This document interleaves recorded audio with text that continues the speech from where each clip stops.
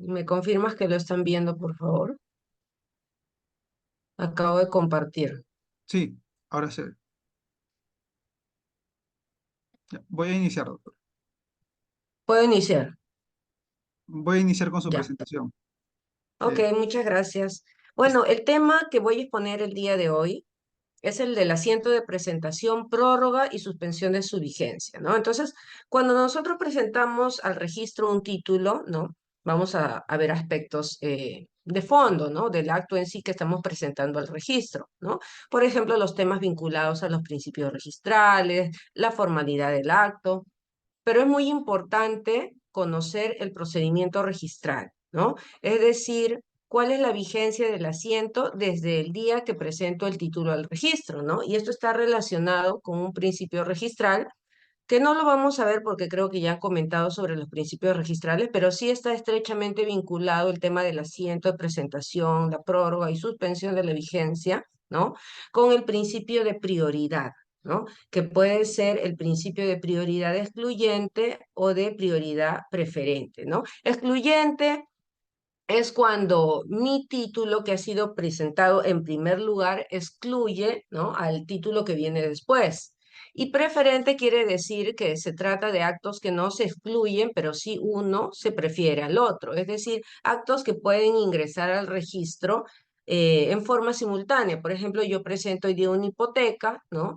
Y el día de mañana se presenta otra hipoteca sobre el mismo predio, ¿no? Entonces, en este caso no estamos hablando de títulos incompatibles, porque las hipotecas se pueden inscribir, cada una surtirá sus efectos desde la fecha del asiento de presentación, ¿no? Entonces, es muy importante determinar el tema de la fecha del asiento de presentación, su prórroga, la vigencia o algunos acontecimientos que pueden ocurrir en el camino, como es la suspensión de la vigencia del asiento de presentación, ¿no? Entonces, es muy importante para que yo pueda determinar si mi título se va a preferir a otro o de repente lo va a excluir, como ya vamos a ver en algunos ejemplos, ¿no? Para ver el tema de la vigencia del asiento de presentación, su prórroga y suspensión, nosotros vamos a partir de que en los registros públicos, en el procedimiento registral, nosotros tenemos dos instancias, ¿no? Y el plazo en cada uno de ellos es diferente, ¿no? Vamos a ver primero el plazo en la primera instancia, es decir, cuando el título está siendo calificado por el registrador. Y también vamos a ver después, ¿no?, casi al final de esta hora y media de esta sesión, el tema de los plazos y la vigencia del asiento cuando el título ha sido materia de apelación, ¿no? Que es la minoría de los casos, pero también lo vamos a desarrollar, ¿no?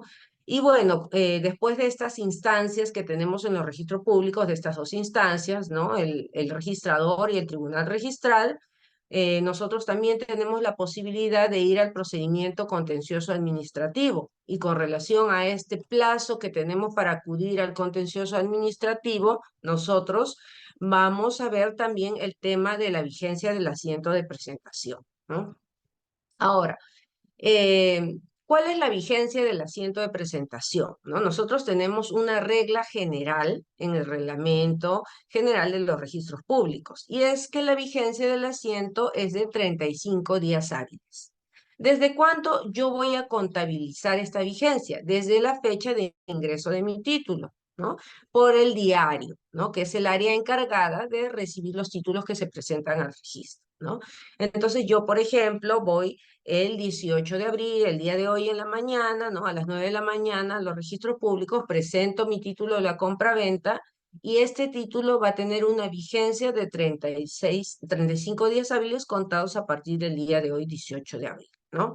Ahora, ¿qué puede pasar con estos 35 días hábiles, ¿no? En ocasiones puede haber una prórroga, ¿no? Que puede ser prórroga automática o una prórroga extraordinaria. Por lo general, los títulos son prorrogados. Cuando un título no es prorrogado, ¿no? Cuando el título se presenta, el registrador lo califica, por ejemplo, al quinto día y lo inscribe.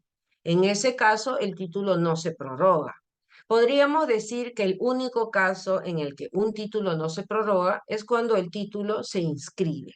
¿no? Es decir, el título está todo bien, no falta pagar derechos registrales y por lo tanto el registrador inscribe el título. Hay registros en los que la mayoría de sus actos se inscriben. Por ejemplo, es decir, se inscriben sin ningún otro pronunciamiento, sino que lo presento y el primer pronunciamiento es la inscripción. Por ejemplo, es muy común en los registros de mandatos y poderes, ¿no? En el registro personal, en el registro de sucesiones. ¿Por qué? Porque los derechos registrales no dependen del acto que se inscribe, no se valorizan en función al acto que está haciendo materia de inscripción, sino que son derechos registrales invalorados, ¿no? Y que por lo general son actos sencillos, ¿no? No hay muchos elementos que revisar, ¿no? Y el título no tiene ningún efecto, no se observa y se inscribe de frente. Pero, por ejemplo, si estamos en el registro de predios y si podemos citar como ejemplo un acto muy complejo, como puede ser una independización sujeta a reglamento interno, por lo general el título no se va a inscribir de frente. Primero porque por lo general el título va a tener defectos. Y no porque el acto sea complejo en sí, sino porque son muchos los documentos que se presentan para extender una independización sujeta a reglamento interno. Por lo general va acompañada de su declaratoria de fábrica. La declaratoria de fábrica consiste en 5 o 6 documentos, incluidos los planos. Tiene que constituirse el reglamento interno, ahí se presenta otro documento. Tiene que presentarse una memoria descriptiva de independización acompañada con los planos de independización. Nosotros cotejamos los planos de independización con los de distribución. Es decir, hay muchos documentos que van a ser materia de revisión y por lo general el título, basta que tenga un error y el título ya sale observado, ¿no? Entonces allí podemos decir que la vigencia del asiento ya no va a ser de 35 días hábiles, sino que va a haber una prórroga, ¿no? La prórroga puede ser de dos tipos. La prórroga extraordinaria, como su mismo nombre lo dice, ¿no? No es algo ordinario, no es algo común, ¿no? Sino que por algunas circunstancias que puedan ocurrir en el registro mediante resolución de la coordinación de propiedad inmueble, ¿no? Se prorroga el título, ¿no? Dando cuenta a jefatura y puede ser hasta por 60 días. Pero este es un caso excepcional. La prórroga que generalmente vemos en el procedimiento registral es la prórroga automática, ¿no? ¿Y cuándo viene la prórroga automática? ¿No? Eso va a depender del pronunciamiento del registrador, ¿no? Si el título se liquida, es decir, faltan pagar los derechos registrales, ¿no? Por ejemplo, yo presento una compraventa, pago 40 soles de derechos registrales y los derechos registrales están compuestos por derechos de calificación, que es un monto fijo, y los derechos de inscripción. Los derechos de inscripción se van a liquidar en función al precio de venta. Entonces, en ese caso, si el registrador considera que todo está bien, pero faltan pagar los derechos registrales, va a liquidar el título.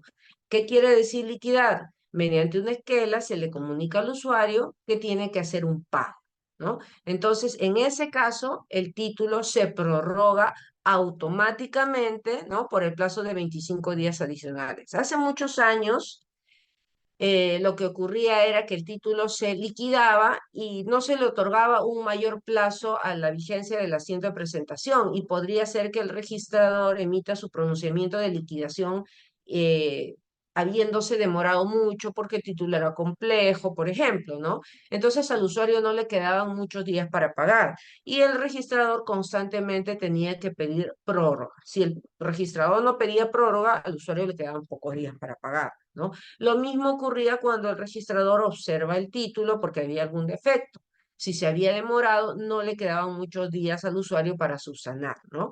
Pero luego el reglamento fue modificado para estar evitando estas situaciones de solicitudes de prórrogas constantes de los registradores en el sentido de que si el título tenía un pronunciamiento de liquidación o de observación, se prorrogaba automáticamente por el plazo de 25 días. Entonces, si se prorroga automáticamente, ya no estamos hablando de una vigencia de 35 días hábiles como era en un inicio, sino de 60 días hábiles en total, ¿no? Si es que se liquida o se observa, ¿no? También ocurre esta prórroga automática de 25 días cuando se requiere un informe técnico del área de catastro. Por ejemplo, se presenta un título de independización de área menor por ejemplo, de un predio rústico en área de expansión urbana en mérito a documentación municipal, ¿no? Tengo en mi partida, por ejemplo, un predio de 5 hectáreas y voy a independizar 1 hectárea, ¿no? Entonces, ese título requiere un informe técnico del área, de la denominada área de catastro que tenemos en los registros públicos, porque los registradores le hacen determinadas consultas. Por ejemplo, en el caso de una independización de predio rústico, el registrador le consultará al área de catastro si el área de 1 hectárea que se pretende independizar corresponde a la partida en la que se solicita la inscripción y si se puede determinar el área remanente, en este caso de 4 hectáreas, por ejemplo. Entonces, entre que el título va a catastro, se emite el informe técnico y regresa a la instancia registral, pueden pasar varios días, ¿no? El área de catastro también tiene una carga laboral, entonces para evitar un perjuicio al usuario, ¿no? De que le queden menos días para subsanar y para no estar pidiendo constantemente solicitudes de prórroga, ¿no? Entonces, en este caso, el reglamento dispone de que también se prorroga automáticamente la vigencia del asiento que inicialmente era de 35 días, se va a prorrogar por 25 días adicionales. En total va a tener una vigencia de 60 días. ¿Y cuál es el tercer caso en el que hay una prórroga automática? Cuando se interpone recurso de apelación, ¿no? Cuando se interpone recurso de apelación, no se ha fijado un plazo, ¿no? De cantidad de días de la prórroga automática, como sí ocurre en los dos primeros supuestos, que es de 25 días. ¿Por qué? Porque cuando se presenta la apelación, ¿no? La apelación se puede presentar, por ejemplo, el 1 de abril, se deriva al registrador el 2 de abril, ¿no? El registrador tiene un plazo máximo de 5 días, perdón, de 3 días para elevar este título al tribunal registral, pero ocurre que muchas veces por la carga laboral no lo hace en este plazo reglamentario. También podría ser que por descuido no lo haga. O podría ser, por ejemplo, que haya tenido un problema de repente con el sistema de notificación del área de hoja de trámites, ¿no? Ya sea su bandeja de correo electrónico o por el aplicativo correspondiente. Por el motivo que sea, el registrador no eleva en el plazo reglamentario el título al tribunal registral. Entonces, mientras el título no ingrese al tribunal registral, no empieza a computarse el plazo que tiene el tribunal para emitir resolución, ¿no? Entonces, suponiendo que el registrador eleva el título a los 15 días, no respete el plazo porque no puede o porque infringe la norma, ¿no? Sin justificación no lo eleva en 3 días, lo eleva en 15 días. Ingresa al tribunal registral. Recién a partir del día que ingresa al tribunal, se cuenta el plazo que tiene el tribunal registral para resolver, que es de 30 días, pero que podría prorrogarse por 30 días más, ¿no? Entonces estamos hablando de 60 días hábiles. Luego de que el tribunal registral emita resolución, que tiene que ser dentro de este plazo, ¿no? Se empiezan recién a computar los plazos que se tienen reglamentariamente luego de emitida la resolución. Entonces, estos plazos reglamentarios van a depender del momento en que el tribunal emita su resolución. Entonces, en este caso de apelación no podemos hablar como en el caso de los dos primeros títulos, ¿no? De que hay un plazo de 25 días. Por ejemplo, yo he visto casos de apelaciones, sobre todo en la época de pandemia, ¿no? Que con este trabajo repentino de la virtualidad, de que se pasó de la presentación física a una, no a una presentación virtual, pero sí a una calificación en mérito a documentos físicos escaneados. Ya no se manejaban los documentos físicos porque se hacía un trabajo remoto. O en algunas ocasiones los documentos físicos se iban a otras, salían fuera de la oficina porque todavía no se escaneaban los documentos, ¿no?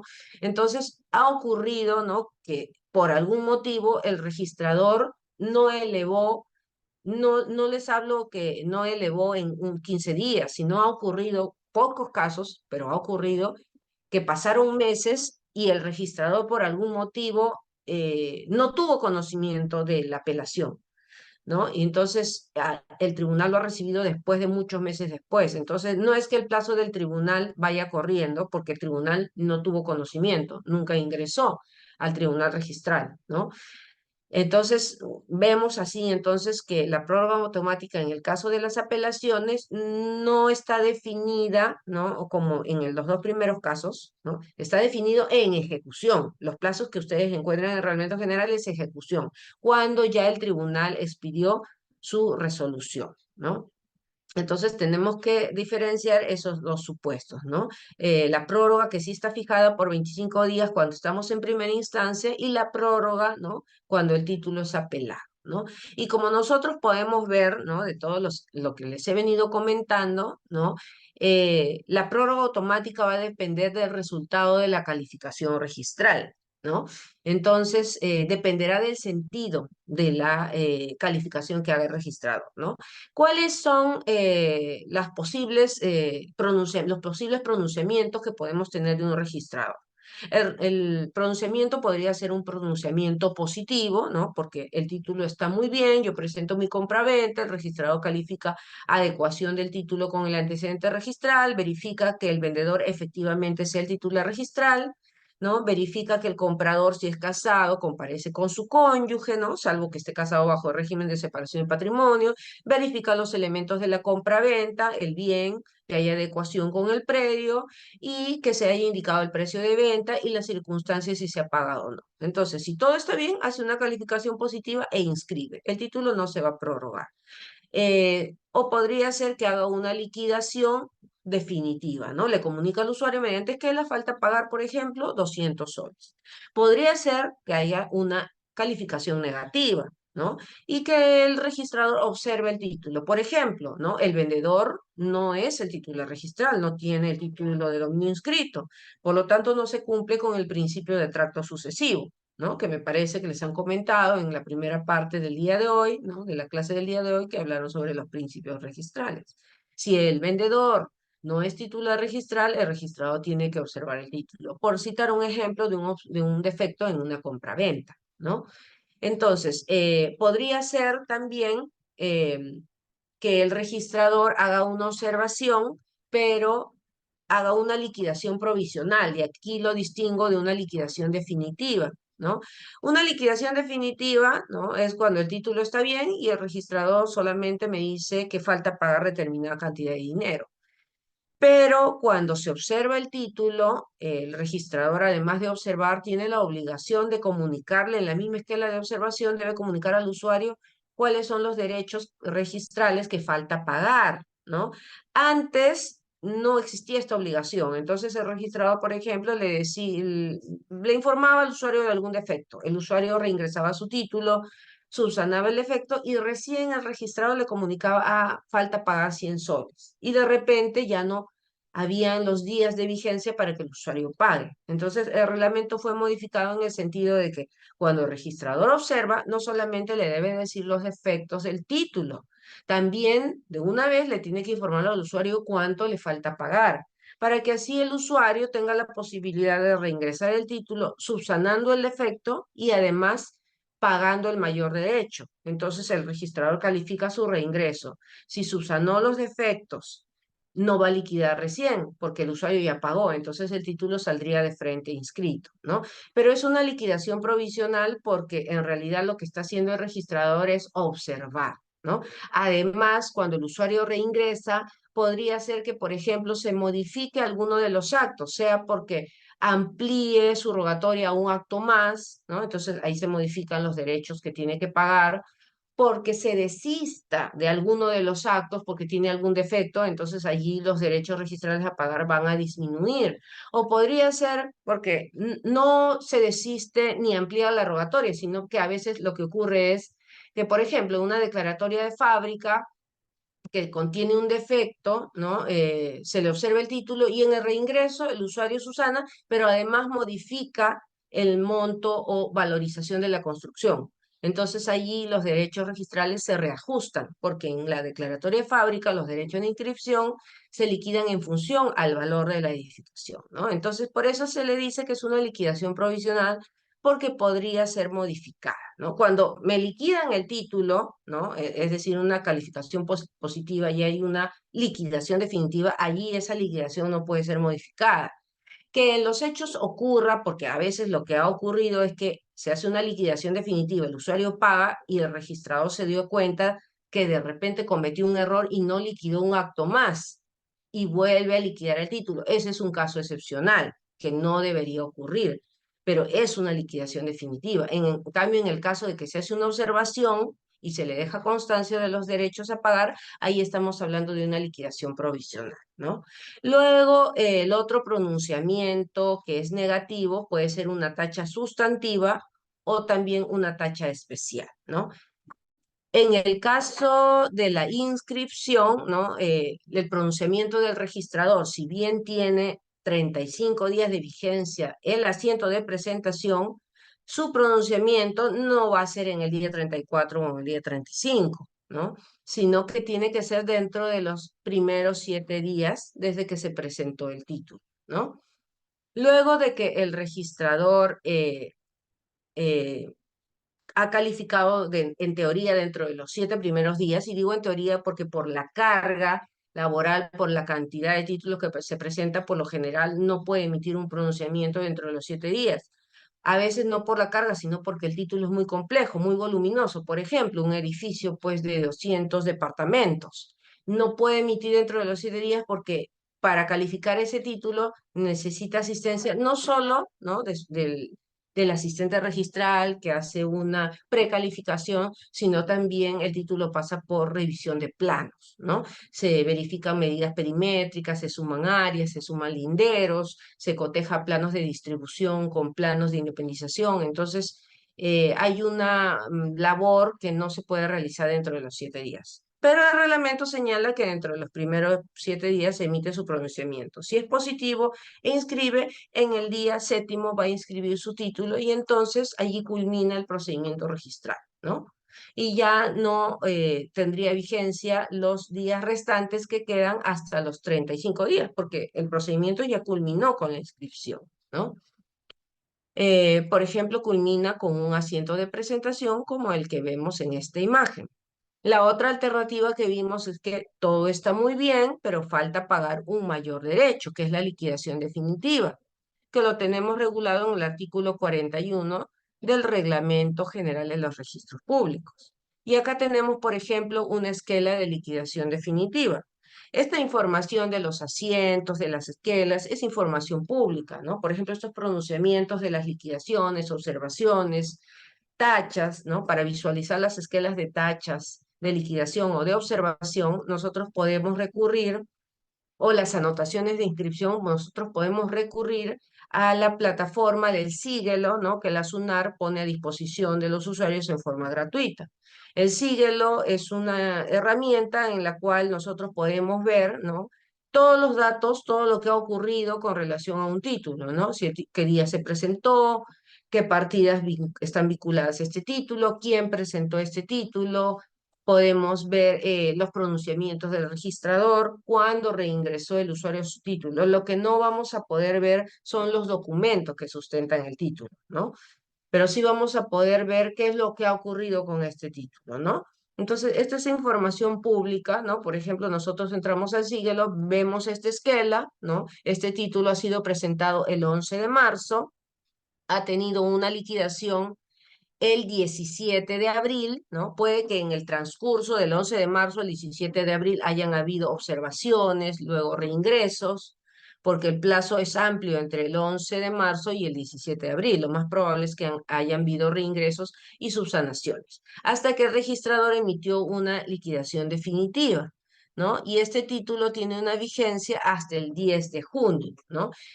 Por lo tanto, tiene una prórroga automática, ¿no? Conforme al artículo 28 del Reglamento General, vemos acá que hay un asterisco de prórroga automática que a los 35 días se les ha adicionado 25 días y por lo tanto tiene una vigencia de 60 días, ¿no? A veces ocurre que se emiten prórrogas extraordinarias adicionales, por ejemplo, de un día para todos los títulos presentados a partir del 11 de marzo. ¿Por qué? Porque, por ejemplo, se cayó el sistema, ¿no? O no hubo luz, o ocurrió algo con el sistema informático, ¿no? Entonces, para no perjudicar al usuario, se emite una resolución donde se prorroga en forma masiva todos los títulos. Entonces, Si uno contabiliza del 11 de marzo al 17 de abril, deberían perdón, al 10 de junio, que es la fecha de vencimiento, deberían haber 60 días hábiles. Si de repente nosotros hacemos el conteo y vemos, no, pero acá hay 61, 62 días, ¿cuál sería la explicación? Que de repente hubo una prórroga extraordinaria, por ejemplo, ¿no? Porque no hubo sistema todo un día, ¿no? Como por ejemplo este mes hubo un día que no hubo sistema como unas 5 o 6 horas, ¿no? Entonces, para no perjudicar al usuario, se extienden prórrogas masivas, ¿no? Em, a ver, hemos visto la liquidación, pero podría ser también que el título salga observado, ¿no? Porque adolece de algún defecto.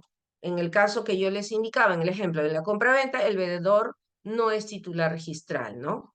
O existe un obstáculo salvable en la partida. Por ejemplo, hay un título pendiente que es incompatible con mi título, pero es un obstáculo salvable porque podría ser que ese título pendiente nunca se inscriba y entonces mi título pueda entrar e inscribirse, pueda alcanzar la inscripción, ¿no? Ahora, las observaciones tienen que ser fundamentadas, se formulan por escrito mediante una esquela, ¿no? Y deben formularse simultáneamente. ¿Qué quiere decir? Que el registrador debe evaluar el título y si el título tiene 10 defectos, en una sola esquela de observación le debe comunicar los 10 defectos, ¿no? Bueno, exagerando 10 defectos, ¿no? Pero no podría ocurrir que hoy día el registrador califique el título y le diga al usuario, mira, tu título tiene este defecto, defecto 1. El usuario reingresa, subsana ese defecto y ahora el registrador le diga, ah, pero también tiene este defecto 2 y 3. ¿No? No puede hacer eso porque el reglamento lo obliga a formular simultáneamente las observaciones. Eso no quiere decir que si el título reingresa subsanando el efecto advertido, el registrador no pueda volver a observar. Por supuesto que puede volver a observar, porque podría ser que el usuario subsane según él, pero en realidad no esté subsanando, su documento siga errado, siga manteniendo el error. O podría ser eh, que el documento que reingresa, ¿no? Subsana lo que el registrador le está diciendo, pero a veces los usuarios modifican datos que estaban ok, ¿no? Entonces ahí el registrador se lo tiene que advertir, ¿no? Acá, por ejemplo, tenemos una esquela de observación y como ustedes verán, este título que fue presentado el 1 de abril tendría una vigencia solamente de 30 días, 35 días hábiles, pero como fue observado, tiene una prórroga automática y por lo tanto ahora el título vence el 27 de junio, o sea, de abril hasta fines de junio, ¿no? Entonces ahí están los 60 días.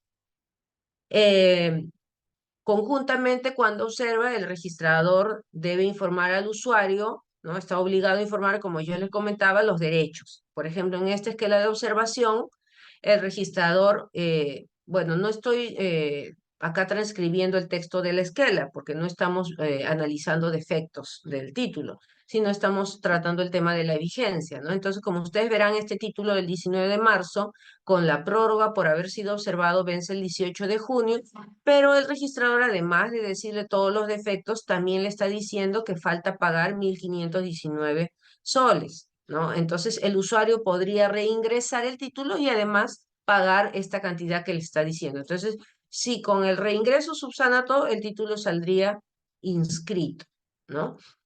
En este caso de acá, en el caso anterior que yo les había mostrado, acá el registrador no le informó al usuario cuál es la cantidad de dinero que le faltaba pagar, porque no lo podía determinar en su momento, ¿no? Por diferentes motivos, ¿no?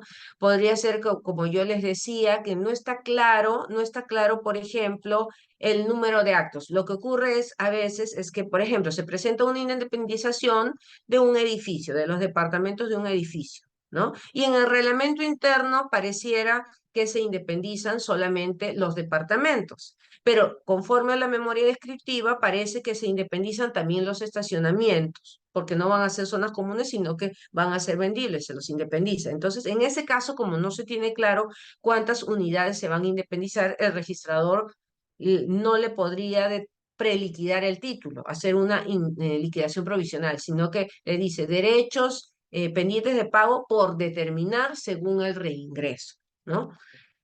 Ahora, hay otros casos, ¿no? Donde el registrador no le puede ni siquiera hacer una liquidación preventiva, pero además ni siquiera le puede calificar el título, que es el caso de este título de acá, ¿no? Que el usuario había pagado unos derechos de calificación insuficientes, ¿no?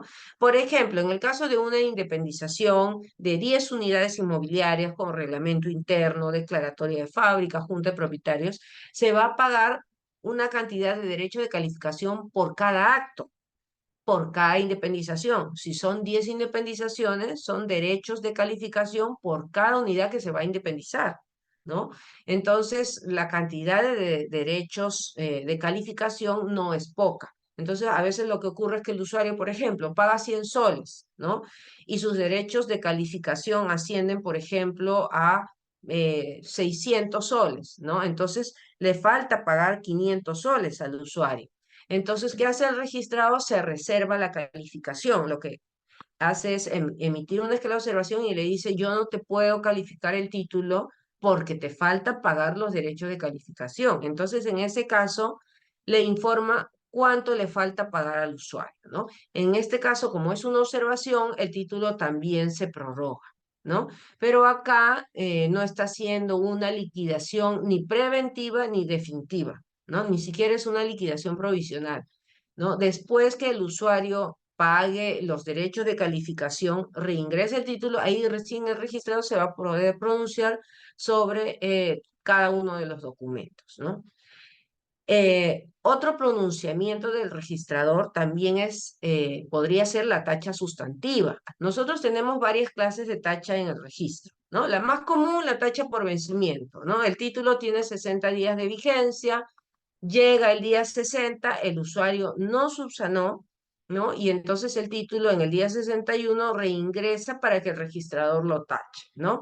¿Qué quiere decir una tacha por vencimiento? Que concluye el procedimiento registral porque ha transcurrido todo el plazo de vigencia del asiento de presentación. Entonces el registrador emite una esquela de tacha y le devuelve la documentación al usuario, ¿no? Y el usuario tiene expedito su derecho a recabar esa documentación, ¿no?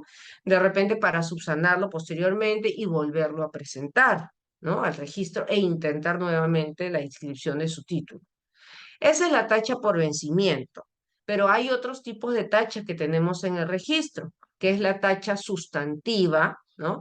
Que es cuando el título adolece de defectos, pero que son defectos que no se pueden subsanar, a diferencia de la observación. En la observación tiene un defecto, pero puede ser subsanable, ¿no? Por ejemplo, una compraventa donde el predio está en el distrito de Los Olivos y el registrador advierte que está en San Martín de Porres, ¿no? Entonces, por ejemplo, se le observa al usuario, el usuario reingresa con un certificado o resolución de cambio de jurisdicción, ¿no? Y el registrador inscribe tanto la compraventa como el cambio de jurisdicción. Era un defecto subsanable, pero hay casos en que el título tiene defectos que no se pueden subsanar, ¿no? Entonces, en ese caso no corresponde observar el título porque sería como estarle dando vueltas al título. El usuario subsanaría y el registrador le volvería a denegar porque son defectos insubsanables. Hace muchos años solo existía una clase de tacha, la tacha sustantiva. Cuando el defecto era insubsanable, se tachaba el título, ¿no? Y entonces, en ese caso, el usuario ya no podía reingresar el título por mesa de partes, ¿no? Pero lo que sí podría es apelar, ¿no? Apelar ese pronunciamiento ante el tribunal registral. Pero la casuística hizo advertir a los registros de que habían tachas que eran demasiado evidentes el defecto, ¿no? Y que debía clasificarse las tachas. ¿Por qué? Porque ahora hay dos clases de tachas y hay una diferencia entre ellas. Eh, Cuando el defecto es muy evidente, nosotros le llamamos tacha especial, que ya la vamos a ver más adelante, pero la consecuencia es diferente. En la tacha sustantiva, la vigencia del asiento de presentación va a ser igual de 35 días. El título se presenta el 1 de abril, tiene una vigencia de 35 días y el registrado tacha el título al día quinto. La vigencia del asiento de presentación no va a concluir por esta tacha. La vigencia del asiento de presentación va a seguir vigente los 35 días. Ahora uno diría, pero si ya me tachó al día quinto, ¿qué puedo hacer? Entre el día quinto hasta el día 35, yo puedo apelar ese título. En cambio, en la tacha especial, ¿no? Como son razones, digamos, son defectos más evidentes, como podremos ir más groseros, ¿no? Entonces, el registro ha considerado que ante estos defectos que son muy evidentes, la vigencia del asiento de presentación no puede continuar por 35 días. Entonces, si el título se presenta el 1 de abril y el registrador lo tacha, pero en forma especial el día 5, la vigencia del asiento de presentación no va a ser hasta los 35 días hábiles, sino va a ser más reducido, como ya lo vamos a ver cuando veamos la tacha especial, ¿no? Entonces, si el asiento de presentación en la tacha especial es más reducido, quiere decir que hay menos días para presentar un recurso de apelación. ¿Cuáles son las causales de tacha sustantiva? ¿No? Repito, las causales de tacha, que son defectos insubsanables, han sido clasificados. Algunas constituyen sustento para una tacha sustantiva y otras para tacha especial. Las que dan mérito a la tacha sustantiva son estas cuatro de acá. Eh, Cuando el título adolece de defecto insubsanable que afecta la validez del contenido del título. Por ejemplo, me presentan una declaratoria de fábrica en vía de regularización al amparo de la ley 27157, ¿no? Y nosotros sabemos que con la ley 27157, que fue modificada por la 3830, solo se puede regularizar fábricas construidas hasta el 31 de diciembre del 2016. ¿Qué ocurre? Que me presentan una fábrica, pero me indican que la fábrica ha sido culminada en el 2020, ¿no? Entonces, esto es un defecto insubsanable que afecta la validez del título. No me podrían subsanar este título porque simplemente la regularización no podría aplicarse para esta edificación, ¿no? Esta edificación culminada en el 2020 solo puede inscribirse en el registro en mérito a documentos emitidos por la municipalidad. Por lo tanto, ¿no? El título, el defecto está en el título adolece de un defecto insubsanable. La segunda causal de tacha sustantiva, que existan obstáculos insalvables en la partida, ¿no? Por ejemplo, ¿no? La partida se encuentra cerrada porque se acumuló en otra partida que a su vez se subdividió y a su vez cada uno de estos lotes subdivididos se acumularon. Es decir, el predio en el que me solicitan la inscripción no existe registralmente, ¿no? Entonces, ese es un obstáculo insalvable que emana de la partida registral. El otro, la otra causal de tacha sustantiva es que el acto o derecho inscribible no preexista al asiento de presentación, ¿no? Por ejemplo, ¿no? Me presentan una minuta de compraventa, ¿no?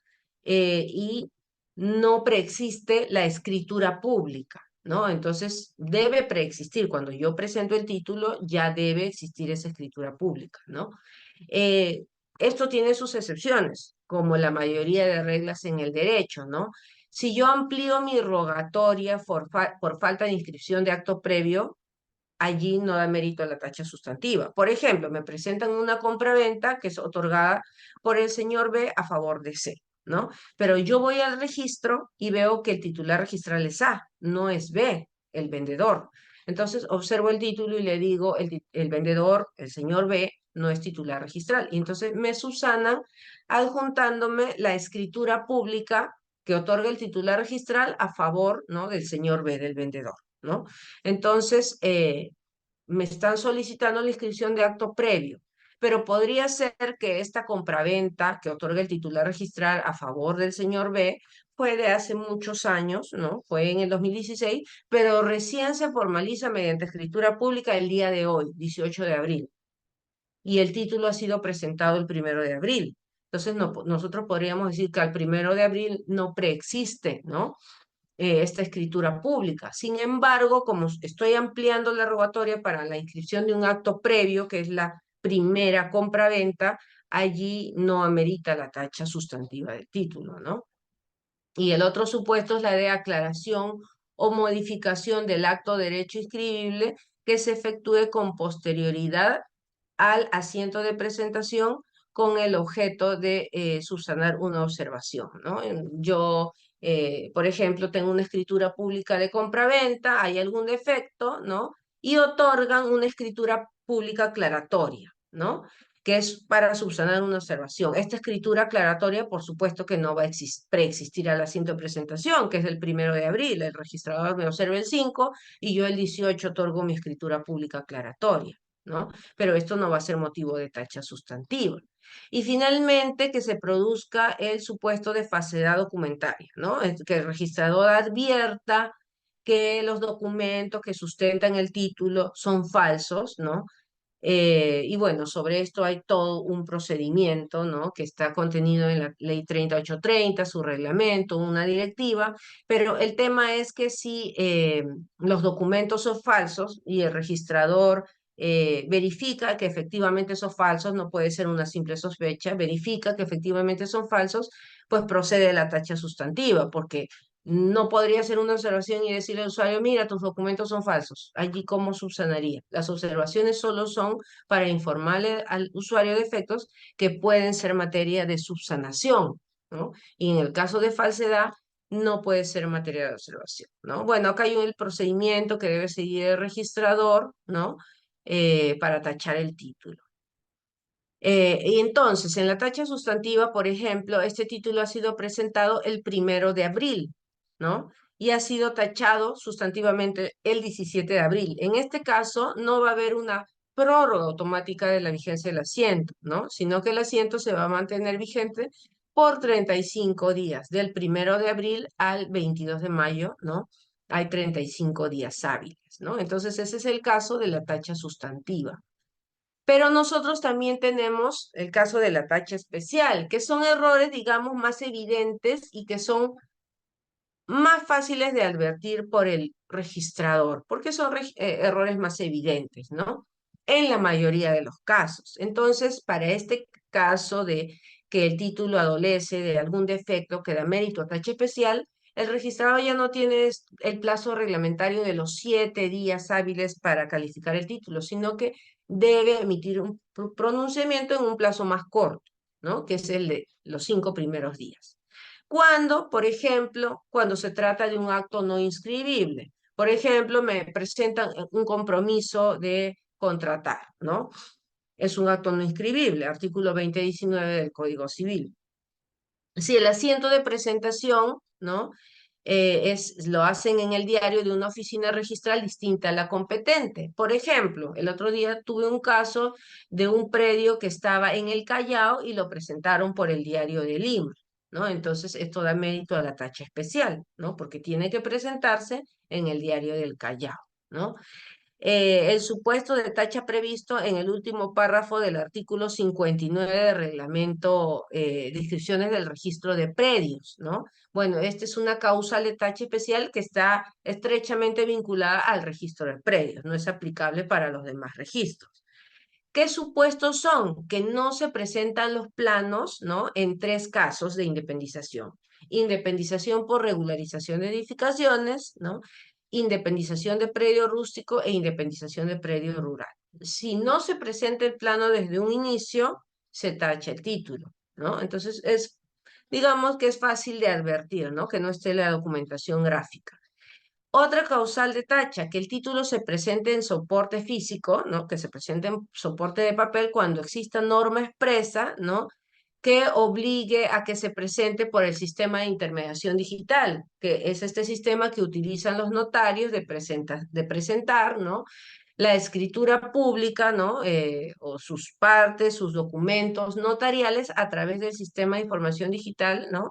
De la SUNAR y que va directamente pues a la bandeja de registrador, ¿no? Por ejemplo, a partir del 2 de noviembre, todas las escrituras públicas tienen que ser presentadas a través del sistema de intermediación digital. Como toda regla en el derecho, tiene sus excepciones. Por ejemplo, las escrituras públicas de notario cesado, que son, cuyos partes son expedidos por el notario encargado del archivo, si son presentados en formato físico, ¿no? O las escrituras públicas del Archivo General de la Nación, ¿no? Por citar algunos ejemplos. Las escrituras públicas que vienen de los consulados también pueden ser presentadas en formato de papel. Entonces, en ese caso no se va a tachar el título. Pero si es una escritura pública de un notario que no está cesado, que es un notario en ejercicio, tiene que ser por el sistema de intermediación digital. Dos últimos casos son que el documento en que se fundamenta inmediata y directamente el derecho o acto inscribible no haya sido presentado o haya sido presentado en copia simple, ¿no? Por ejemplo, eh, solicitan la inscripción de la elección de presidente de la Junta de Propietarios, ¿no?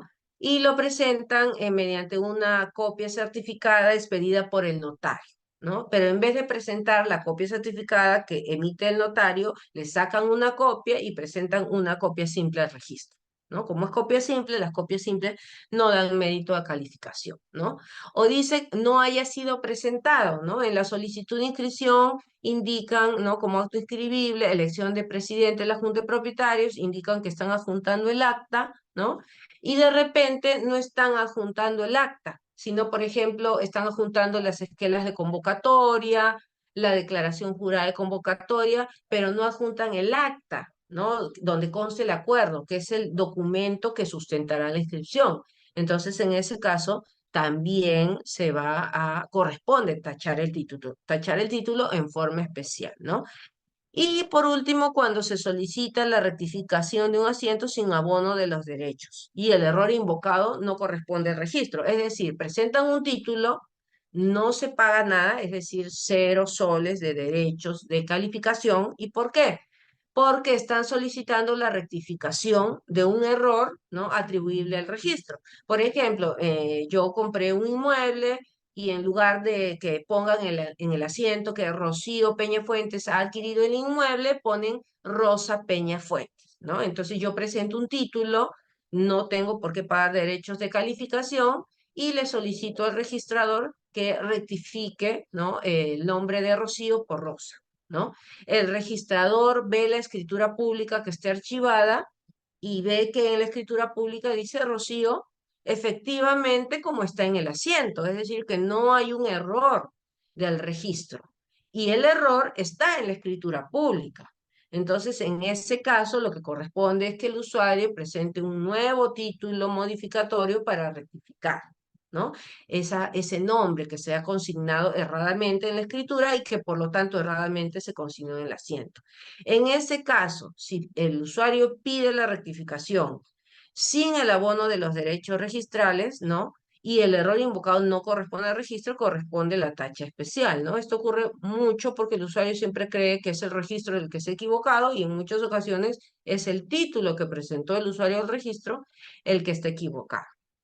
Ahora, la diferencia, pues, la repercusión de hacer una tacha sustantiva o especial en la vigencia del asiento es que en este caso la vigencia se va a mantener solo por 3 días, ¿no? Entonces, en este caso, por ejemplo, este título del 10 de abril, se emitió la tacha especial el jueves 18, el día de hoy, ¿no? Como ustedes podrán apreciar, el sistema en la parte de arriba no dice la fecha del vencimiento del título. Y yo creo que esa es una omisión que debería, digamos, mejorarse el sistema, ¿no?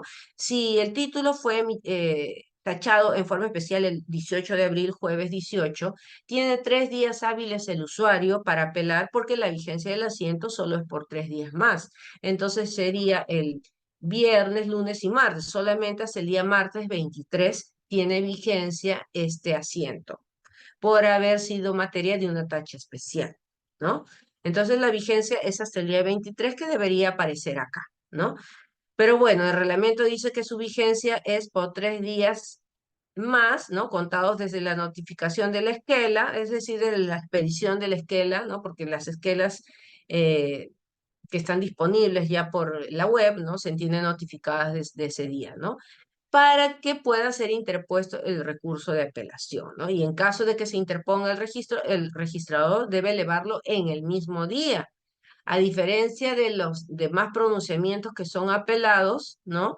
Y que tiene un plazo de 3 días para elevar, en este caso el registrador lo debe elevar en el mismo día, ¿no?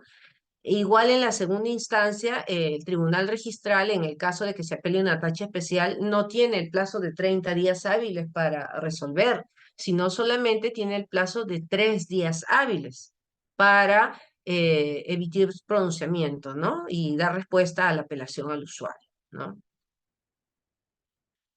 Ahora, nosotros tenemos causales de suspensión de la vigencia del asiento, ¿no? Hace muchos años no ocurría esto de la suspensión, ¿no? Como su mismo nombre lo dice, yo suspendo, ¿no? La vigencia, ¿no? Estos 35 días, por ejemplo, emito pronunciamiento en el día 10, ¿no? Y suspendo la vigencia del título. Entonces, no va a seguir corriendo el plazo, es como decir, se congela, ¿no? ¿Hasta cuándo? Hasta que el registrado levante la suspensión. Cuando levanta la suspensión, vuelve a correr el plazo, ¿no? Entonces, el día que suspendí al día 7, solo, por ejemplo, observo y suspendo al día 10, solo ha corrido la vigencia de 10 días, ¿no? Y como he observado, se prorroga de 35 hasta 60 días, ¿no? Entonces, solo han corrido 10 días. El día que yo levante la suspensión, van a empezar a correr la vigencia de los 50 días restantes, ¿no? Esa es la suspensión de la vigencia, ¿no? ¿Y por qué se suspende, ¿no? Porque ¿qué es lo que ocurría? Hay un título anterior que es incompatible con mi título, ¿no? El título anterior, digamos que se ha presentado un día antes, ¿no? El 30 de abril y yo lo presenté al día siguiente y el título anterior es incompatible. Entonces, ese título anterior impide que mi título pueda inscribirse, ¿no? Entonces, el título anterior de repente es observado, el usuario no lo subsana y está corriendo la vigencia del título anterior, pero también está corriendo la vigencia de mi título, ¿no? Entonces, el título anterior de repente nunca lo subsanan, se va a la tacha, ya no es un título pendiente para mí, mi título podría ingresar, pero resulta que como la vigencia de mi título siguió corriendo, y mi título no se puede inscribir, mi título también se va a la tacha, ¿no? Digamos, por culpa de ese título anterior, que es un título incompatible, pero que se va a la tacha porque ese usuario nunca subsanó los errores de su título. Y mi título también seguía corriendo la vigencia y se fue a la tacha porque llegó al día 60, ¿no? Casi, casi a la par del otro título fue corriendo la vigencia de ambos y ambos llegaron a fenecer, ¿no? Llegaron al día 60 y se fue a la tacha. Entonces, para evitar esas situaciones, ¿no? De que mi título está perfecto, no tiene defectos, ¿no? Lo único que falta son pagar los derechos, ¿no? Entonces, para evitar que mi título se vaya a la tacha, digamos, a causa del título anterior, lo que se hace es suspender la vigencia de mi asiento de presentación. Entonces, el plazo de mi título no va a correr. El título anterior es observado, se reingresan, el título sigue mal, el registrador lo sigue observando, llega hasta el día 60 y el título se va a la tacha. Nunca se inscribe porque ese título estuvo mal, nunca subsanó el usuario. Entonces allí mi título, que su vigencia fue suspendida, cuando el título anterior, digamos que muere, fenece su vigencia, el mío ya otra vez empieza a correr el plazo de mi título, ¿no? Y entonces mi título todavía está vivo. Y ahí es que yo puedo pagar los derechos, ¿no? Y el registrador puede inscribir mi título, ¿no? Para eso se hizo este procedimiento de la suspensión, ¿no? Entonces, la suspensión en el registro está prevista para muchas causales, ¿no? La más importante, que es la más común, ¿no? Es la del inciso A del artículo 29, ¿no? Que señala que se suspende la vigencia del asiento de presentación, es decir, se congela, ¿no? Es como que el tiempo se detiene para mi título cuando no se puede inscribir o anotar eh, un título incompatible con uno anterior referido a la misma partida y cuyo asiento de presentación se encuentre vigente. Es decir, mi título es incompatible con el anterior y el anterior se encuentra vigente, ¿no? Todavía está dentro de su plazo, ¿no? ¿Cuándo concluye la inscripción, no? Perdón, la suspensión. ¿Cuándo concluye la suspensión y mi título vuelve a correr su plazo, no? Con la inscripción o la caducidad del asiento de presentación del título anterior, ¿no? Porque allí fenece ya la historia del título anterior. Eh, a ver, también cuando transcurridos los plazos aludidos en el primer y segundo párrafo del artículo 62, esto es cuando el título ha sido materia de apelación y viene en ejecución, ¿no? Esa resolución del tribunal por la primera instancia, ¿no? Entonces, allí también, como el título anterior fue prorrogado y la vigencia del asiento de presentación del título anterior ha sido muy larga, ¿no? Debido a esta apelación, nosotros vamos a ver que luego que ese título ha sido apelado y no se subsanan los defectos, ese título tiene el plazo de 3 meses y 15 días de vigencia, pero en realidad esa vigencia es solo para anotar la demanda contencioso administrativa que podamos plantear en el Poder Judicial. Entonces, ¿qué es lo que ocurría? Que anteriormente los registradores decían, el título anterior sigue vigente, porque además de todo el plazo que tuvo de sus 60 días, más el plazo que estuvo en el tribunal y luego bajó a la primera instancia en ejecución, tiene 3 meses y 15 días. Pero eso ha sido modificado en el sentido de que esos 3 meses y 15 días de vigencia del asiento de presentación del título anterior y apelado son solamente para anotar la demanda y ya no debe considerarse un título vigente a efectos de que se suspenda la vigencia del asiento de presentación de mi título, ¿no? Entonces, ese plazo de 3 meses y 15 días de supuesta vigencia que tiene el título anterior solo es para anotar la demanda, pero no para que nosotros lo consideremos como un título pendiente. Por lo tanto, allí también se levanta la suspensión de mi título y porque ya se considera que ese plazo de 3 meses, 15 días para mí no existe, que es mi título posterior, ¿no? Ahora, yo quiero ver algunos ejemplos de lo que es un título incompatible, porque hay casos en que se suspende como si el título anterior fuera incompatible y no es incompatible. Entonces, no debe suspenderse la vigencia y el título en realidad debería inscribirse. Y hay otros casos que sí ameritan suspensión. Vamos a ver 3 supuestos, ¿no? Estamos en el caso de que no se puede inscribir mi título, ¿no? Porque hay uno anterior y yo tengo que suspender la vigencia del asiento de mi título. Por ejemplo, mi título es un embargo que se ha presentado el 4 de abril, ¿no? Yo estoy embargando un inmueble que es del señor Juan Pérez, ¿no? Pero resulta que el 1 de abril se presentó una hipoteca, ¿no? Una hipoteca que el señor Juan Pérez constituye a favor de un banco, ¿no? En ese caso, los títulos no son incompatibles, sino que los títulos pueden acceder ambos al registro, solamente que uno se prefiere sobre el otro. ¿Cuál se prefiere? El que ha sido presentado en primer lugar. Va a tener preferencias sobre el título presentado en segundo lugar, ¿no? Ustedes saben que los derechos, la preferencia en el registro se da por la fecha y hora del asiento de presentación. Entonces, ¿yo cómo sé que un título no es incompatible con otro y no debería suspenderse la vigencia? Si se inscribe la hipoteca, que es el título presentado en primer lugar, ¿puede inscribirse mi embargo? La respuesta es sí.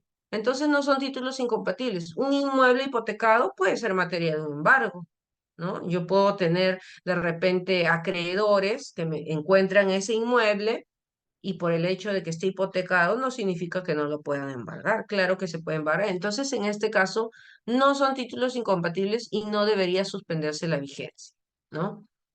¿Qué pasa si el primer título es, por ejemplo, un embargo y el segundo título es una compraventa, ¿no? La titular registral, Rocío Peña, ¿no?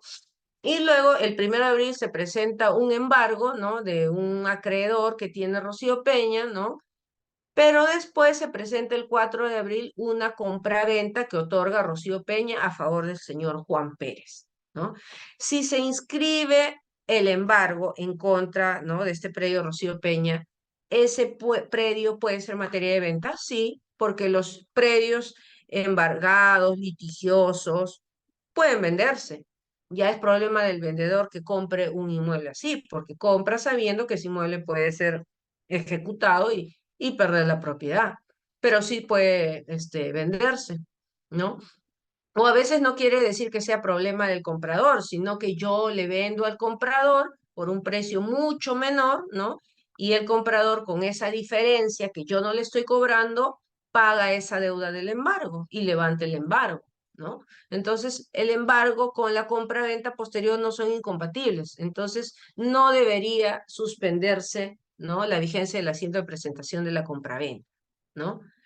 Y por último, tenemos este caso que es al revés, ¿no? Acá es el embargo primero, la compraventa después. Acá es la compraventa y luego el embargo. El predio de propiedad de Rocío Peña se presenta una compraventa que Rocío Peña le vende al señor Juan Pérez. Se presenta el 1 de abril.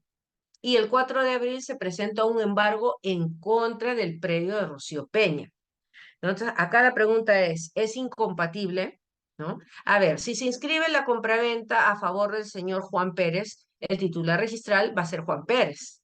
Por más que se inscriba la compraventa el 30 de abril, sus efectos se retrotraen al 1 de abril, ¿no? Entonces, el titular registral va a ser Juan Pérez, con efectos desde el 1 de abril registralmente. Y el embargo se presenta el 4 de abril en contra de un predio de Rocío Peña, pero el predio ya no sería de Rocío Peña, va a ser del señor Juan Pérez, con efectos desde el 1 de abril. Acá sí estamos hablando de títulos incompatibles. Por lo tanto, sí debe suspenderse la vigencia del asiento de presentación del título del embargo, ¿no? Entonces, por ejemplo, esta primera compraventa se presentó el 1 de abril, el registrado todavía no lo califica porque tiene mucha carga laboral. El 4 de abril se presenta ese embargo, cae en manos de otro registrador que de repente por algún motivo está muy al día y el día 7 de abril califica su embargo. Y el embargo está todo muy bien, está para inscribir, pero no puede hacerlo, ¿no? ¿Qué pasa si solo lo observa y no suspende? El título de compraventa sigue observado, sigue observado, sigue observado. El del embargo se puede ir a la tacha. Entonces, ¿qué es lo que hace el registrador? Suspende la vigencia del asiento de presentación del embargo.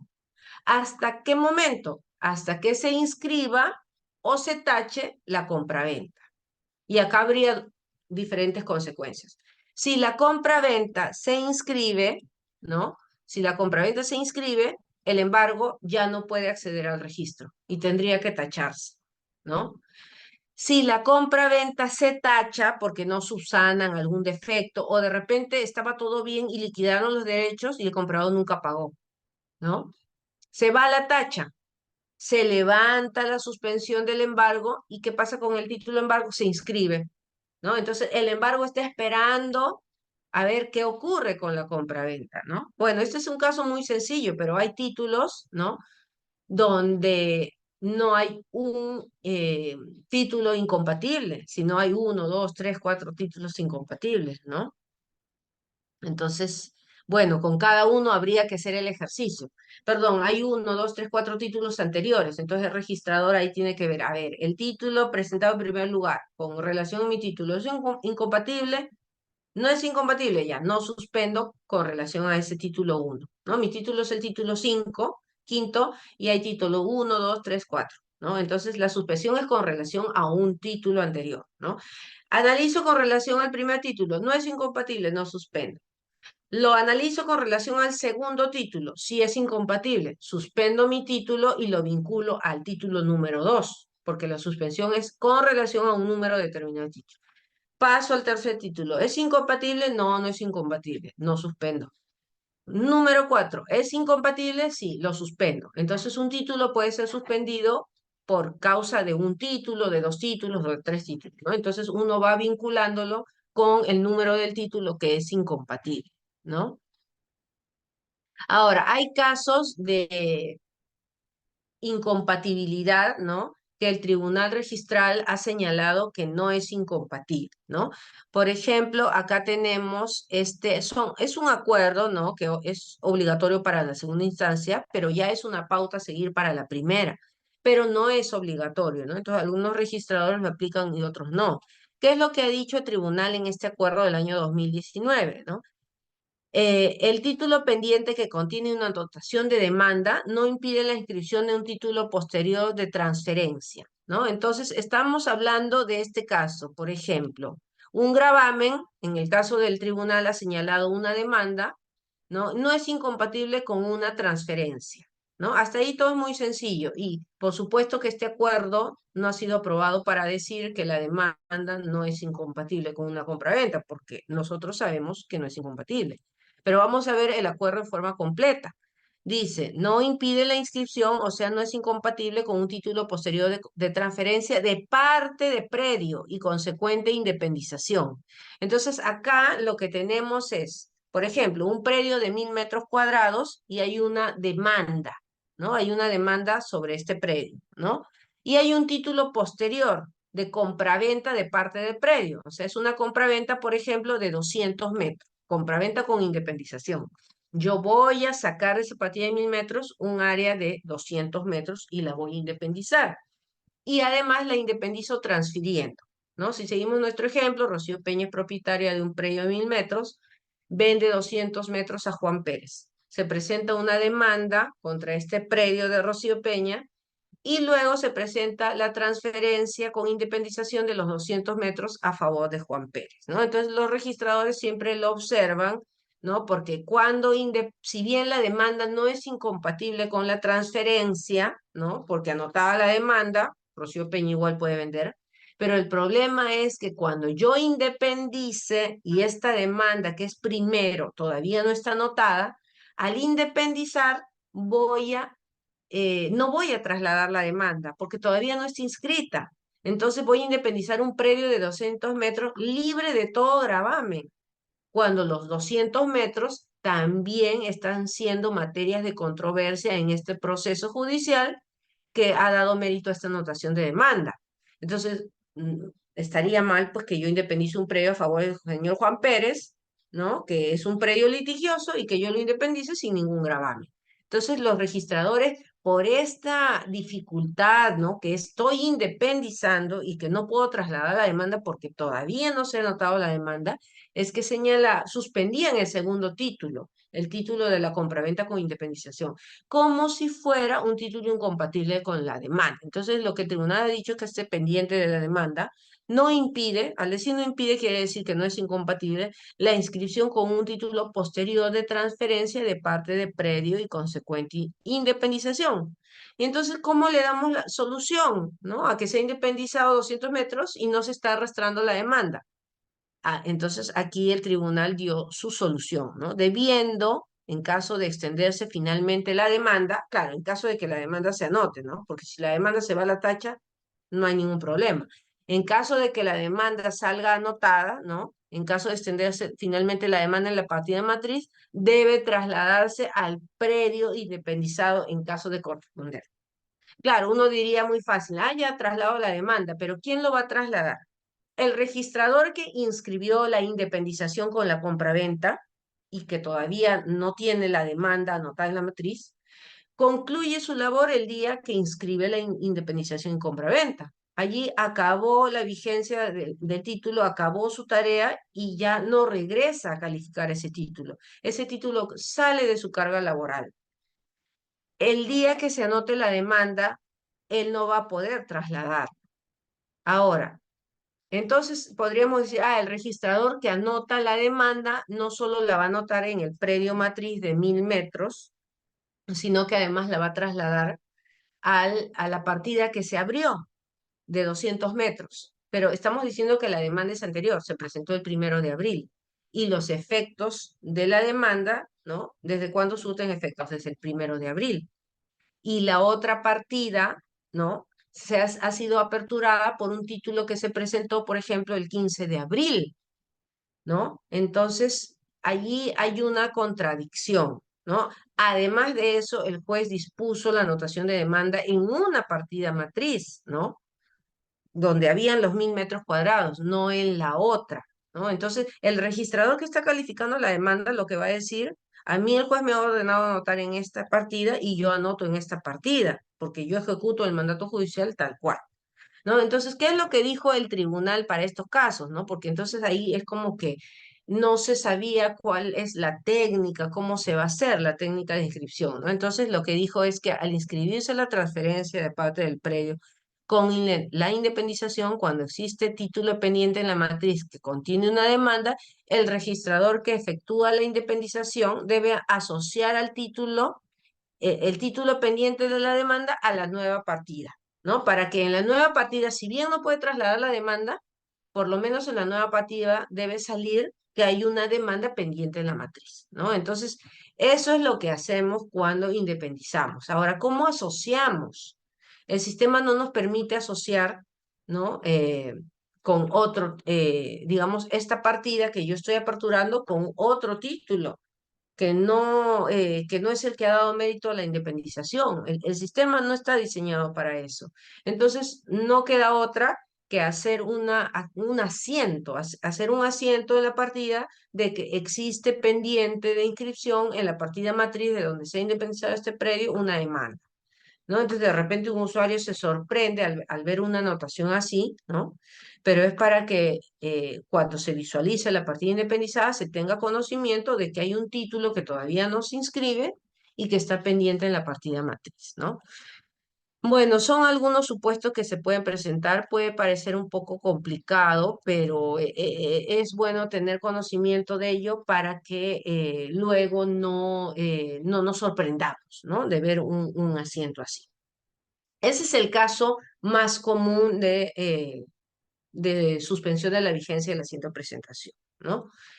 Em, Ahora, el título, ¿en qué momento se suspende? ¿No? Si yo voy a observar un título y además voy a advertir que hay un pendiente, es decir, si mi título tiene algún defecto, por ejemplo, discrepa el nombre del vendedor, pero además tiene el defecto de que hay un pendiente, en ese momento yo no suspendo, porque todavía el título tiene un defecto que tiene que subsanar el usuario. ¿Y por qué no suspendo? ¿No? Porque de repente el usuario nunca subsana el otro defecto y el título va a alargar su vigencia, va a alargar los días innecesariamente. Cuando el usuario ya subsana ese defecto y ya no hay ningún otro defecto, ¿no? Recién allí yo voy a suspender la vigencia del asiento de presentación, ¿no? Ahora, ¿cuándo concluye la vigencia del asiento de presentación? ¿No? Concluye con la inscripción, ¿no? Lógicamente, ¿no? Se presentó el título el día 1, el día 4 inscribí, ese día concluye la vigencia del asiento de presentación. También concluye por caducidad del plazo de la vigencia, ¿no? Por ejemplo, pasados los 60 días, al día 61, se expide la esquela de tacha por vencimiento, ¿no? Y también concluye, ¿no? Cuando se acepta el desistimiento total de la rogatoria, ¿no? Yo puedo haber observado un título en el día 7 y el usuario considera que es muy complicado subsanar esta observación. Y en el día 10 pide que se le tache título porque se desiste de la rogatoria. Entonces, el registrador hace una tacha por desistimiento y el día 10 concluye la vigencia del asiento de presentación. Si al día 12 se presenta otro título, ¿no? Ese nuevo título no va a considerar mi título como uno incompatible, porque mi título ya no existe, ya no está vigente, ¿no? Si el usuario se desistió, ya ahí concluye la vigencia del asiento de presentación. No concluye el asiento de vigencia de presentación con una tacha sustantiva ni con una tacha especial, como hemos visto, porque en la tacha sustantiva el usuario tiene todavía la vigencia hasta el día 35 para apelar. Y en la tacha especial, después que se emite la tacha especial, hay una vigencia de 3 días. Allí recién concluye la vigencia del asiento de presentación, ¿no? Salvo que interponga el recurso de apelación. Ahora, cuando uno emite una tacha sustantiva o una tacha especial y quedan los 35 días de vigencia o los 3 días, según corresponda, si el usuario se desiste de la vigencia, entonces allí también concluye el procedimiento, ¿no? Me explico. El título se presentó el día 1, yo emití una tacha sustantiva el día 5, el día hábil 5, y el usuario todavía le quedan 30 días de vigencia, ¿no? Entonces ese título se va a considerar vigente y por lo tanto es un título incompatible para otro título que sea presentado en forma posterior, por más que esté tachado en forma sustantiva. Todavía está vigente porque el usuario todavía podría apelar, ¿no? Pero en el día 15, ¿no? Yo lo taché en el día 5, en el día 15 el usuario presenta su desistimiento total de la rogatoria. Entonces al día 15 yo emito nueva tacha, pero por desistimiento. Ahí, en el día 15, sí concluye el asiento de presentación de este título que en el día 5 tuvo una tacha sustantiva y que todavía no daba mérito a la conclusión, ¿no? Del asiento de presentación. Recién al día 15 que se presenta el desistimiento, pues allí concluye la vigencia del asiento de presentación, ¿no? Ahora, si el título es apelado, ¿no? Ya sea que sea observado, liquidado, porque yo también puedo apelar la liquidación que haga el registrador, puede ser que yo no esté de acuerdo con el monto que me haya liquidado, ¿no? Entonces, hay 3 días para elevar, ¿no? Se anota en la partida, el tribunal tiene 30 días para resolver, pero esos 30 días se cuentan desde que ingresa el título al tribunal registral, ¿no? Ahora, el tribunal puede emitir diferentes pronunciamientos, ¿no? Puede declarar improcedente, inadmisible el recurso, puede aceptar el desistimiento, también el desistimiento del recurso de apelación, baja a primera instancia y continúa, o también puede pronunciarse sobre el fondo, confirmando, revocando, o puede ser la combinación de ambas, confirma algunas observaciones, revoca otras, ¿no? Ahí es una resolución mixta. O también podría ser que amplía los defectos cuando se ha omitido, eh, cuando no se ha advertido algún defecto que contraviene una norma legal expresa, el tribunal está en la obligación, ¿no? Por ejemplo, no se presentó un certificado de información catastral para la independización de predio rural. No se ha presentado un documento que da mérito a la independización. Entonces, el tribunal tendría que ampliar, ¿no? La observación, ¿no? Ahora, para ver los plazos en la segunda instancia dentro de estos pocos minutos que nos quedan, ¿no? Vamos, los plazos en ejecución, porque ya hemos visto el plazo que tiene el tribunal para resolver, pero después que emite su resolución, a partir de la fecha en que la resolución es notificada al usuario, se van a contabilizar diferentes plazos en ejecución de la resolución, es decir, cuando el título regresa a la primera instancia, ¿no? Y estos plazos los vamos a encontrar en el artículo, a partir del artículo 162 del Reglamento General, que nos dice cuando el tribunal confirma la observación o advierta nuevos defectos u obstáculos salvables, ¿no? El interesado tiene 15 días, ¿no? Confirma defectos o advierte nuevos defectos, 15 días, ¿no? Los plazos siempre se cuentan desde la notificación de la resolución al interesado. Tiene 15 días para subsanar, ¿no? Eh, luego, y en su caso, efectuar el pago del mayor derecho, ¿no? En caso de que no estén pagados. Efectuada la subsanación o pagado el mayor de derecho, el registrador tiene 5 días para inscribir, ¿no? Si no se han pagado todos los derechos, el registrador liquida y el usuario tiene 10 días para pagar, ¿no? Ahora, si el registrador considera que los documentos presentados no subsanan las observaciones advertidas por el tribunal, formulará observación, ¿no? Es decir, el título, la resolución que confirma los defectos es notificada al usuario. A partir de ese día que es notificada, el usuario tiene 15 días para subsanar, ¿no? El usuario de esos 15 días podría subsanar en el día quinto, porque tiene todos los documentos ya listos, ¿no? Era algo fácil y lo subsana el día quinto, ¿no? Entonces, en ese caso, el registrador califica y podría ser que esos documentos no subsanan la observación, ¿no? Sus documentos están mal y entonces el registrador vuelve a observar el título, ¿no? Porque no se ha subsanado, ¿no? Eh, Luego de que el registrador le vuelve a observar el título del usuario, pero ya en ejecución de la resolución, ¿no? El interesado tiene la posibilidad de interponer un segundo recurso de apelación contra esa observación, o podría ser contra la liquidación, porque podría ser que no esté de acuerdo, ¿no? ¿Y cuál es el plazo que tiene? ¿No? Desde que el registrador emite su esquela de observación o de liquidación, si el usuario no está de acuerdo, el usuario tiene 5 días contados desde esa esquela, ¿no? Para interponer un segundo recurso de apelación, ¿no? Nuevamente volvemos a lo anterior. El registrador, si el usuario apeló, tiene 3 días para elevar, ¿no?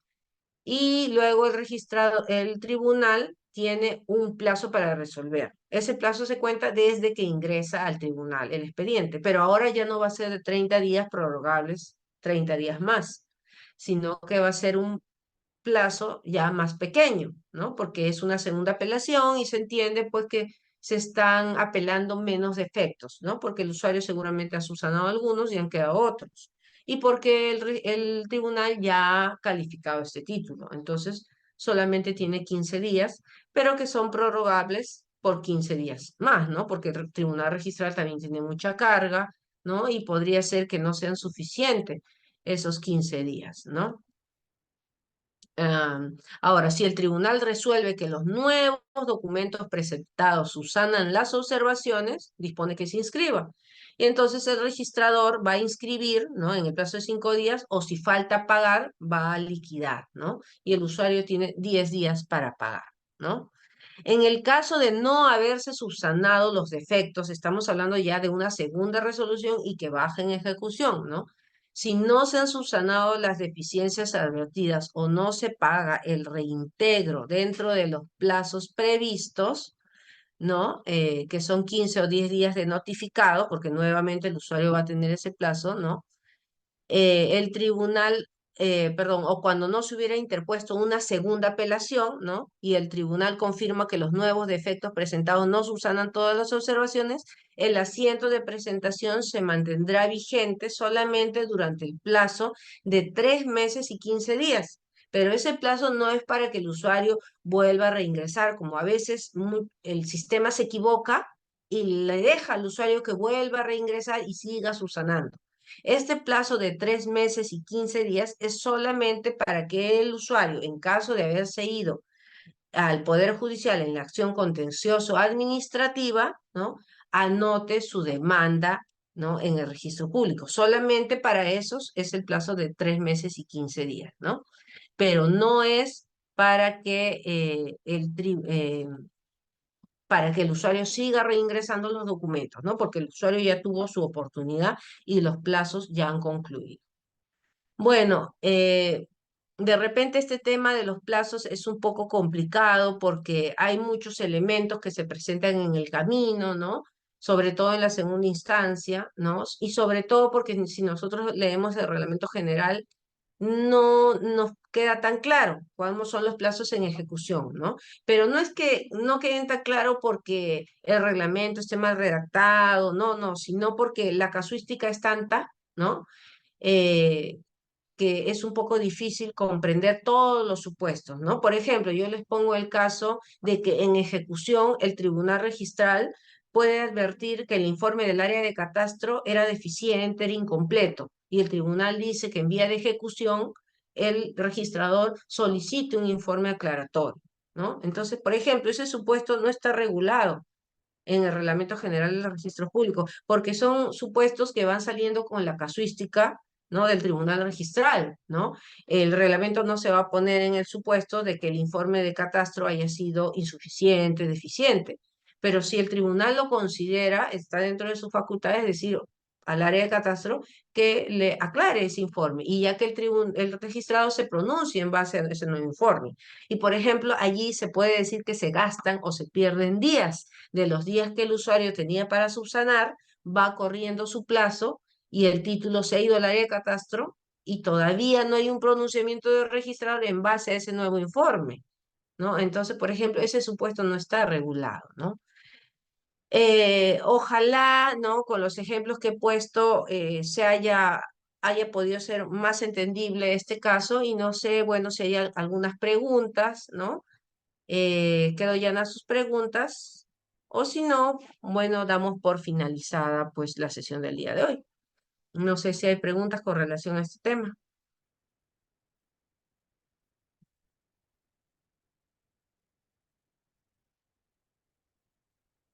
Bueno, parece que no hay pregunta. Wilmar, a ver, adelante con tu pregunta. Sí, ¿qué tal? Buenas noches, Buenas doctora. noches. Muy buena presentación. Quería que nos comente brevemente cómo sería la aplicación del silencio administrativo positivo o negativo, sea el caso, en el procedimiento registral, ¿no? Si se aplica, no se aplica, hay Sí, sí, excepciones, todo eso. claro. La LEPAG, que es la Ley del Procedimiento Administrativo General, la Ley 27444, también se aplica a los procedimientos especiales, porque la Ley 27444 es una norma común a todos los procedimientos, ¿no? Entonces, hay aspectos de la LEPAG que se aplican a todos los procedimientos, incluidos los especiales. Por ejemplo, los principios del procedimiento administrativo, ¿no? El tema del silencio administrativo positivo o negativo también está establecido en la LEPAJ con relación al procedimiento registral. Y se ha señalado, ¿no?, que el procedimiento registral está dentro de las excepciones en las cuales no se aplica el silencio administrativo positivo. Al procedimiento registral se le aplica el silencio administrativo negativo, ¿no? Y tiene lógica, ¿no? Tiene sentido. Imagina que tú presentas una compraventa y el registrador no se pronuncia. Y no se pronuncia en los 35 días, pasan 2 meses, 3 meses, no se pronuncia. ¿Podríamos aplicar el silencio positivo? Nosotros podríamos decir que como no se pronunció, ya soy propietario. Imaginemos que yo diga, ah, sí, se aplica el silencio positivo, soy propietario. Ah, ya, ¿y dónde está mi asiento? No, no hay un asiento registral, pero manda el título y pues ahí ponte a mirar quién es el propietario, ¿no? Y ese propietario que debería aparecer un asiento, pues no está en el asiento, pero está en el título, ¿no? En un título que está en trámite, que sigue en trámite, ¿no? Entonces, en realidad, imagínense tener partidas registrales con asientos que no están en la partida, ¿no? Asientos que no existen, sino que están en un título en trámite. Pero no constituyen asiento, ¿no? O sea, sería imposible, ¿no? En el procedimiento registral no se aplica el silencio administrativo positivo, sino el negativo. Ahora, sí hay una resolución del Tribunal Registral que se pronunció con relación a la aplicación del silencio administrativo negativo, ¿no? En la segunda instancia, ¿no? ¿Qué había ocurrido? Que se había presentado un título de rectificación, ¿no? Y el registrador nunca emitió pronunciamiento, nunca. Llegó el día 35 y el título no tenía pronunciamiento, ¿no? Entonces, ¿qué podía hacer el usuario? Se supone que el usuario tiene que esperar un pronunciamiento del registrador y ese pronunciamiento tiene que ser materia de apelación, ¿no? Pero el usuario no podía apelar y la apelación se tiene que interponer dentro del plazo de vigencia del asiento de presentación. Es decir, tendría que haberlo interpuesto hasta el día 35, pero hasta el día 35 no había pronunciamiento registrador. Entonces, ¿qué iba a apelar? ¿No? Entonces, ¿qué es lo que hizo el usuario? Eh, Dio por denegada su solicitud aplicando el silencio administrativo negativo, ¿no? A pesar de que no tenía un pronunciamiento que apelar, ¿no?